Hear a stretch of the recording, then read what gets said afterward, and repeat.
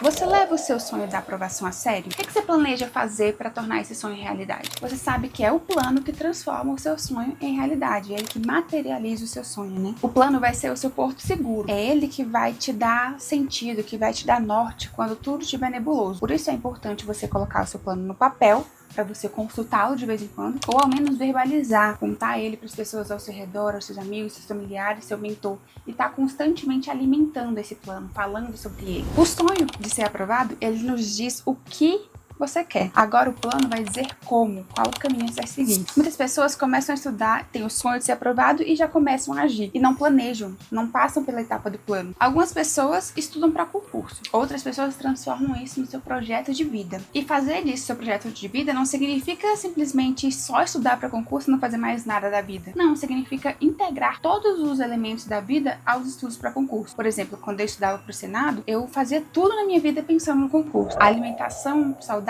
era pensando no meu desempenho em prova. O exercício físico era pensando no meu desempenho em prova, no meu desempenho nos estudos. Tudo estava integrado. Então você tem que integrar a atividade física, o descanso, tudo isso no seu planejamento. Por quê? Assim você vai estar fazendo tudo isso sem culpa. Porque geralmente quando a gente não está estudando, a gente está com culpa, né? Agora se você sabe que aquele descanso, ele tá ali e ele é importante pro seu desempenho, ele tá no seu planejamento, aquela atividade física, ela tá no seu planejamento, você faz isso sem culpa. E aí você chega num ponto em que a sua vida, o seu plano e o seu sonho viram uma coisa só, tudo fica muito integrado. E dessa forma, os sacrifícios, as restrições que você vai passar não vão ser tão penosas, porque elas têm um propósito, você tem nítido o caminho e aonde isso vai te levar. Quem tem a mentalidade de aprovado não sente essas restrições como um sacrifício muito grande, não sofrem tanto com isso, porque elas têm nítido que aquilo é um meio para atingir o objetivo. Então eu sei que eu tô deixando de sair com os meus amigos, mas é por um bem maior, é por algo que eu quero muito, que é a minha aprovação. Então, esse é o meio para alcançar o meu grande sonho da aprovação. Então vale a pena. Eu lembro que eu costumava às vezes estar em rolê, aniversário, sei lá, fora de casa por qualquer motivo, e meu único pensamento eu tava lá sentada pensando, nossa, eu queria estar estudando, nossa, eu queria estar em casa. E eu queria realmente, não era eu deveria estar em casa, não. Eu preferia estar em casa estudando do que estar em qualquer outro lugar. Quando a gente tem um propósito e um sonho e um objetivo muito bem definido, não tem nada que abale isso. E eu literalmente fazia qualquer coisa para atingir esse objetivo. Qualquer coisa é legal. A maioria das pessoas vê o sonho como uma fuga do cotidiano. É como se fosse um momento em que a gente tem um prazer ali da rotina chata do dia a dia, eu vou pensar no meu sonho. E acaba sendo uma coisa muito distante, muito tangível. E aí as pessoas gostam de devanear e de ficar fantasiando como vai ser a vida do aprovado, quando for aprovado, as viagens que vai fazer, as coisas que vai comprar, os looks. O sonho é visto como algo extra. Só que para levar o seu sonho a sério, você tem que dar a ele um plano. Você já deve ter ouvido alguém falar, eu faria qualquer coisa para passar no concurso. Mas faria mesmo? Qualquer coisa? Você cumpriria a sua meta de estudos? Você cumpriria a sua meta de sono, de descanso, de atividade física? Você se comprometeria com isso para alcançar o seu objetivo? Se você leva o seu plano a sério, você precisa dar a ele um plano. Algumas pessoas nunca vão sair da terra dos sonhos. Por quê? Porque não sabem por onde começar. Elas se perdem no meio de tanta informação. É edital, é cursinho, é plataforma, é muita informação e às vezes elas ficam perdidas e paralisam. É por isso que uma consultoria avulsa pode ser muito valiosa para você. Outras pessoas, elas saem da terra dos sonhos, só que elas vão direto para ação, não passa pelo planejamento. E aí elas começam a agir, a estudar de forma confusa, desorganizada. E essas pessoas estão se esforçando, só que elas não conseguem resultados porque elas pularam a etapa do planejamento. E aí dá muita dó até porque as pessoas estudam muitas horas, se esforçam bastante, mas não tem resultado. Esses dias mesmo eu entrei em contato comigo com uma pessoa que estudava muitas horas por dia, já há muitos anos, e não tinha resultado nenhum. Nesse caso fica evidente uma falta de direcionamento, de orientação para esse estudo, porque as pessoas estão se esforçando, mas num caminho que não está trazendo resultado. Veja só, muitas vezes a pessoa tem um objetivo definido, mas é algo muito generalista e muito de longo prazo. Ela quer, por exemplo, meu objetivo é passar no concurso público. Mas quais são as metas de médio prazo? O que você tem que fazer para chegar lá? Quais são as etapas? É só estudar e pronto? Às vezes as pessoas acham, como eu vou fazer isso? Estudando. Mas não é tão simples assim. O propósito do planejamento é definir os objetivos de cada um, adequando com os recursos de cada um. Seja recurso de material, dinheiro, tempo, apoio familiar. E apesar do planejamento ser uma ferramenta de longo prazo, a maior virtude do planejamento é ser também um desmembramento do longo prazo em curto prazo. Então ele vai te mostrar sempre o que fazer a seguir, qual é o próximo passo. O planejamento traduz esse objetivo grande em curto prazo. Então se você não tem um plano, você acaba oscilando. Você muda de direção em direção, de método em método, professor para professor, e acaba não avançando em nenhum sentido. Existem muitas maneiras de você ser aprovado num concurso, muitas maneiras corretas, não existe uma maneira única de você passar no concurso. Mas é muito importante que você escolha uma maneira e avance. Porque muitas vezes a pessoa tá aqui no ponto central e vai e faz um método, depois muda, faz outro, depois muda, faz outro, e acaba que ela não se distancia do ponto de partida. Agora, quando você estuda, pesquisa e estabelece, não, é esse caminho que eu quero seguir, você realmente consegue avançar em um sentido. Isso acontece porque muitas vezes as pessoas ficam buscando o ideal. Elas querem sempre o melhor proveito possível. Eu quero o melhor material, o melhor método. Ah, eu tô fazendo esse método aqui, mas o outro parece melhor. Ah, vou fazer o outro. Ah, não, mas aquele outro ali parece que a pessoa conseguiu mais rápido. Vou fazer o outro. E não avança nenhum. Outro problema de não ter um plano é você ficar à mercê do seu humor e das circunstâncias do dia para determinar como vai ser o seu estudo. Quando a gente não tem muito bem definido o que fazer, como fazer a cada dia, cada momento do seu estudo, vai acontecer duas coisas. Primeiro, você perde tempo todo dia ali tentando entender onde você parou, o que vai fazer, o que é importante, o que não é. Segundo, você vai deixar o seu humor escolher o que fazer e como fazer. E o nosso cérebro, ele é mestre em enganar a gente e ele vai acabar querendo procrastinar. Ele vai achar uma ótima razão para procrastinar os seus estudos. Então você não pode ficar à mercê do seu humor. Você não pode estudar só nos dias que você está empolgado. O plano vai ajudar você a estudar tanto no dia que você estiver empolgado e no dia que você estiver ali meio triste, meio capenga, mas você sabe o que tem que fazer e como. Ou você acaba estudando só aquela matéria que você gosta, que você já vai muito bem, mas você gosta daquela matéria e só estuda aquela matéria. Acaba não enfrentando aquela outra que você não gosta tanto, mas que você precisa. Outro perigo muito grande quando você não tem um plano é que você começa com todo o gás, toda a intensidade e aí estuda 8 horas no primeiro dia, 9 horas no primeiro dia. E aí, nos 2 ou 3 dias seguintes, você tá de ressaca, porque você não consegue sustentar esse ritmo. Então, você fica sujeito a essas oscilações. E aí acaba desanimando, porque quando você volta no quarto dia, você já não lembra mais de mais nada, não conseguiu manter o ritmo e você já desanima. Ah, eu não sou constante, eu não dou conta, não consigo estudar todo dia.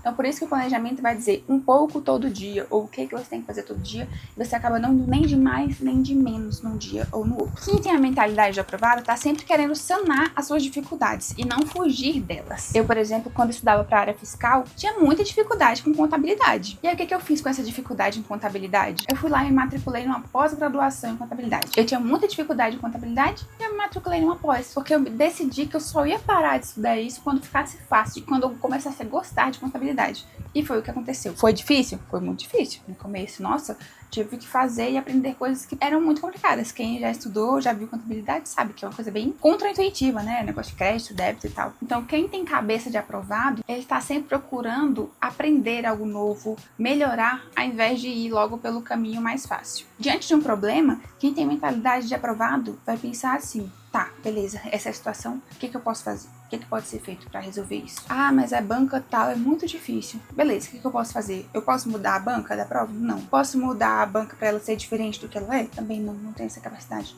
Eu posso estudar essa banca, pesquisar, ver o que os especialistas estão falando para entender essa banca? Ah, isso eu já consigo, isso já tá no meu controle. Ah, eu posso fazer muitas questões dessa banca até eu me familiarizar e tentar entender como ela funciona? Beleza, isso também tá no meu controle. Então, diante de um problema, a banca, vinha FGV, a banca da minha prova, e agora? Não, meu Deus, o que eu faço? Não, eu vou fazer o que tiver que ser feito.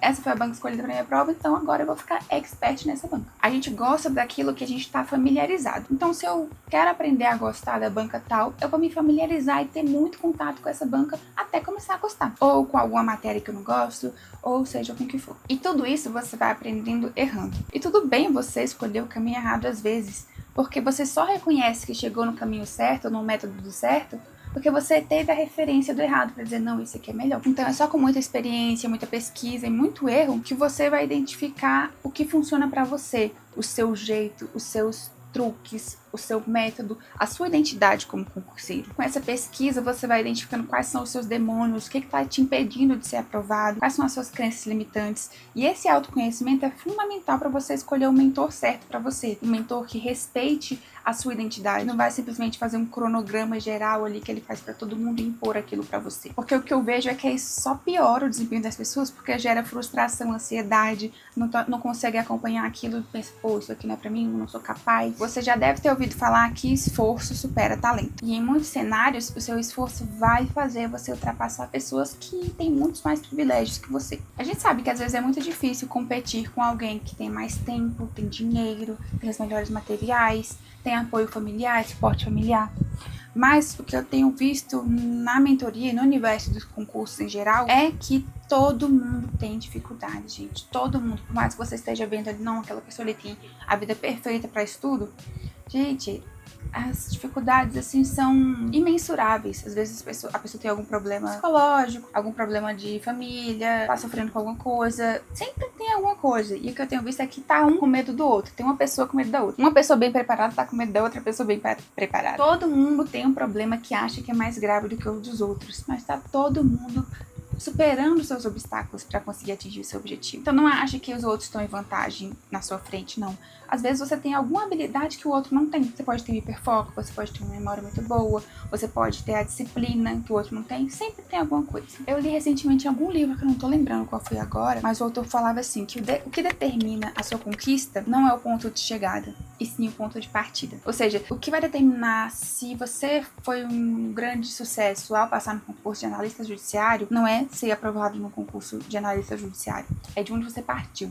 Porque uma coisa é você sair de uma família totalmente estruturada e conseguir ser analista judiciário. Outra coisa é você sair da periferia, sem renda, sem estrutura, e conseguir ser analista judiciário. Então, a conquista dessa pessoa que saiu de uma condição mais difícil é muito maior. Mas isso não diminui o mérito da pessoa que tem todos os privilégios. Porque, como a gente viu, nem todo mundo tem todos os privilégios do mundo. Sempre tem algum problema. E assim, a pessoa que tem tudo ali disponível, ela poderia muito bem pensar, não, meu pai me sustenta, tenho tudo aqui, então não vou nem estudar, não vou nem me esforçar. Então isso não tira o mérito de ninguém. Então se você não tem os recursos perfeitos, você vai criar o que você pode. Comece com o que você tem agora. Não tem o tablet necessário, não tem o material ideal, não tem. Comece com o que você tem, comece com aulas do YouTube gratuitas, comece com material gratuito, comece com o que você conseguir, mas comece. Como é que a gente cria os nossos recursos? Ah, em casa eu não consigo estudar. Vai pra biblioteca, vai pra sala de estudos. Ah, eu não tenho foco, eu sou muito dispersa, eu não tenho atenção. Primeiro vê se você tá ali perdendo pro celular, perdendo pras distrações. Se não for o caso, vá procurar um especialista. De repente você tem algum diagnóstico para tratar disso. E a medicação, se for o caso, vai fazer toda a diferença na sua preparação. Ah, eu não sei como estudar. Pesquisa, procure informação, peça ajuda. E só você vai encontrar e vai conseguir escolher o que funciona realmente para você. Eu posso te guiar, te dar orientação, te mostrar várias ferramentas, várias possibilidades, mas só você vai dizer o que funciona para você, porque é você que vive a sua vida.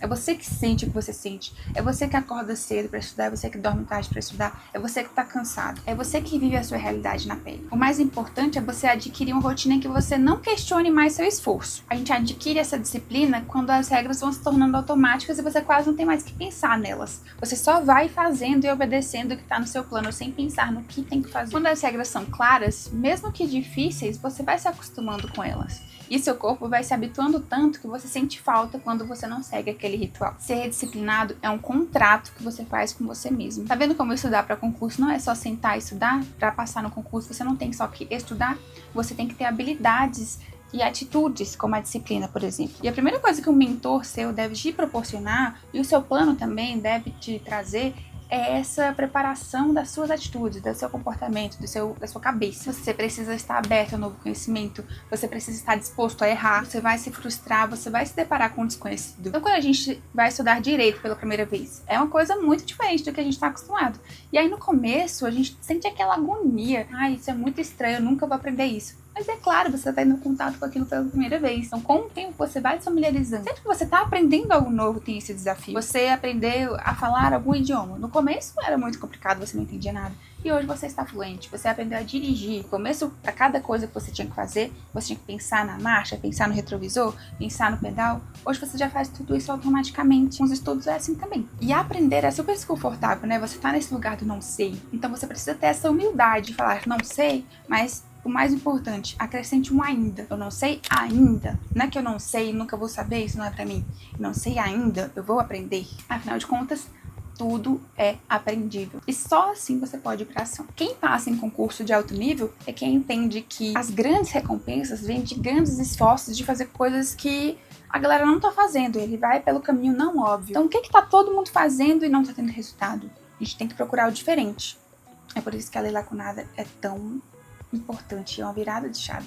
Que é uma coisa que nem todo mundo tá fazendo ainda, então se fosse você já aproveitava. Aí se você não sabe o que é a lei lacunada, aqui na descrição eu vou deixar a explicação. E aqui agora tem uma frase do Picasso, Pablo Picasso, pra te convencer caso ainda não tenha te convencido depois de tudo isso da importância do planejamento. A coisa mais importante do trabalho é o que você não vê, porque a obra ali, todo mundo pensa, nossa, tá pintado ali, tá lindo.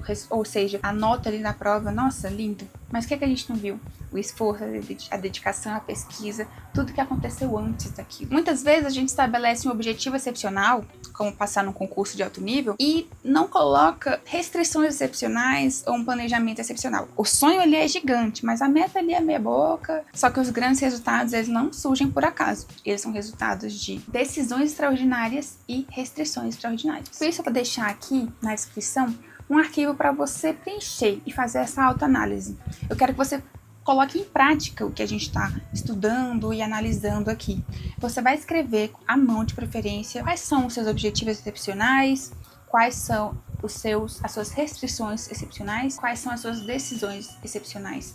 O arquivo que eu vou deixar aqui vai te ajudar a trazer essa reflexão. E ela é muito importante para você agir e conseguir manter a motivação ao longo do tempo nos estudos. E no livro do François Ducasse, ele traz 7 benefícios assim muito explícitos que você vai ter com o planejamento. O primeiro é, você muda o problema. Quando você tem um planejamento, a questão deixa de ser abstrata, do tipo, será que eu vou ser aprovado? Será que eu vou conseguir?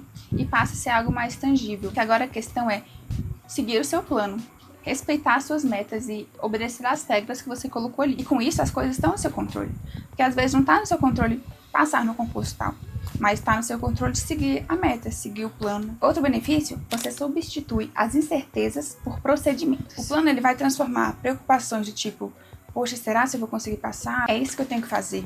É assim que eu tenho que fazer. Eu sei que seguindo esse caminho eu vou conseguir. E assim, cada concurso que você faz, ele deixa de ser um peso, porque ele vai ser um teste para você medir a efetividade do seu plano. Então você vai empolgado pro concurso para ver se aquilo ali tá dando certo ou não. Deixa de ser um peso cada prova que você faz. Na prova você vai conseguir verificar os efeitos do plano. Não que você já vá necessariamente passar, mas você consegue medir pequenos avanços. Então a prova deixa de ser um estresse. A prova passa a ser apenas mais uma etapa de todo o planejamento. Então toda aquela pressão acaba se diluindo. O terceiro benefício é que você aprende a dar um passo de cada vez. Você consegue enxergar e se concentrar nas metas intermediárias, ao invés daquele objetivo final distante e muito grande. Quarto benefício, você aprende a descrever as suas qualidades e seus problemas. Com planejamento, você tem autoconhecimento, você vai precisar fazer essa autoanálise. Então, ao invés de dizer que eu tô sentindo muita ansiedade ou eu tô muito estressado, você vai conseguir colocar em palavras e detalhar melhor algo como, por exemplo, eu estou me sentindo muito pressionado porque eu tenho uma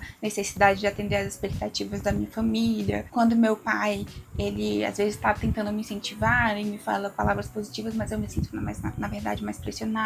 Então você vai aprender a detalhar esses sentimentos e colocá-los em palavras. Quinto benefício, muito especial esse. Você avança mesmo quando as coisas dão errado. Quando os resultados não são tão bons e você às vezes fica perdido, quando você tem um plano estável e bem definido, você consegue se segurar ali e não fica perdido naquela névoa. Porque nesses momentos, apesar de não conseguir enxergar a linha de chegada, você vai conseguir enxergar o próximo passo. O plano te proporciona isso. Sexto ponto, muito importante. Só quem conhece seu plano pode julgar as coisas corretamente. Às vezes, alguém que você gosta muito vê a sua nota em alguma prova e a pessoa fica preocupada e vem querer te consolar. Ela não conhece seu plano. Mas quem tá por dentro do seu plano, você, seu mentor, seja quem for, vocês sabem que, na verdade, aquela nota é algo de se comemorar. Que apesar de, às vezes, não ser o suficiente para passar, representou um grande avanço ali na sua jornada. Então, só vai entender o que você passa quem tá por dentro do seu plano. Quem não sabe o que está acontecendo, vai achar boa a situação que às vezes é ruim e vai achar ruim às vezes a situação que é boa. E sétimo benefício do plano, as regras são mais fortes que você. Depois que você define um trajeto, um plano ali que não é nem fácil demais, bobo, e nem muito difícil, ele é desafiador no nível equilibrado, não tem nada que abale esse plano. Quando você tá seguro dele, já pesquisou e tá ali, é isso que eu quero, é isso que eu vou seguir. Nada, nem críticas, nem pessoas falando outras coisas, nem outros planos que apareçam, nada abala isso. E o mentor tem um papel super importante aqui de te trazer de volta para esse plano quando você estiver ali devaneando e balançando de um lado pro outro. Eu sei que eu te trouxe muita informação aqui. Então, se eu pudesse te falar, olha, grave só essa informação desse capítulo do livro Cabeça de Campeão, seria isso. Ao invés de só sonhar e ficar ali paralisado, com medo das incertezas, dos julgamentos, das frustrações e das reprovações que podem acontecer, você consegue tomar as rédeas do seu projeto e do seu sonho. Você consegue isso tendo um bom plano. Assim você vai avançar mesmo quando os resultados não forem bons, mesmo quando você errar uma questão, mesmo quando você reprovar, porque você vai aprender com eles para avançar na próxima etapa. E por isso que François Ducasse, eu não tô com o livro em português aqui, mas é esse o livro que eu tô me baseando para fazer esse capítulo, esse vídeo, tá, gente? Cabeça de campeão. E aí ele tem uma frase que é a seguinte: um bom plano é metade da batalha, a outra metade é cumprido. Criar um bom plano é criar a estrutura que vai moldar você, que vai moldar os seus próximos dias. Essa é uma etapa fundamental que não pode ser pulada. Se você quer ajuda para elaborar um bom plano, validar o que você tem, métodos e tudo mais, agenda uma consultoria avulsa comigo. É uma hora que a gente vai conversar sobre o que você está fazendo de certo, o que você está fazendo de errado, como melhorar. E eu vou deixar o link aqui abaixo para você ver mais informações. É uma hora de reunião, mas antes disso a gente tem toda uma preparação com o formulário. Depois também eu acabo elaborando o fluxo para você depois, para não pegar esse tempo de reunião. Então você acaba aproveitando melhor esse tempo. No próximo vídeo, que a gente vai continuar falando do livro Cabeça de Campeão, a gente vai falar sobre como colocar esse planejamento na prática, mesmo com tantos obstáculos, mesmo com as crenças, os pensamentos que querem fazer a gente desistir. E esse livro, eu não sei se você já viu falando, mas ele é sensacional. Se você não comprou ainda, eu vou deixar o link dele em português atualizado aqui. E você pode acompanhar essa série que eu tô fazendo sobre a aplicação desse livro nos estudos para concurso. Ele fala de performance de maneira geral, então eu tô trazendo para o mundo de concurso, que é o que importa aqui pra gente. Se você tá lendo, acompanha os vídeos junto comigo aqui, comenta o que você tá achando. Se você não tá lendo o livro, não tem problema, só pega os insights aqui que eu tenho certeza que vai ajudar nos seus estudos. Tem muita gente aí falando sobre conteúdo, matéria, de jeito isso, português e tal, mas pouca gente fala sobre a preparação mental do concurso público, que tem sido cada vez mais importante. Então já se inscreve no canal para receber os próximos vídeos. Até mais!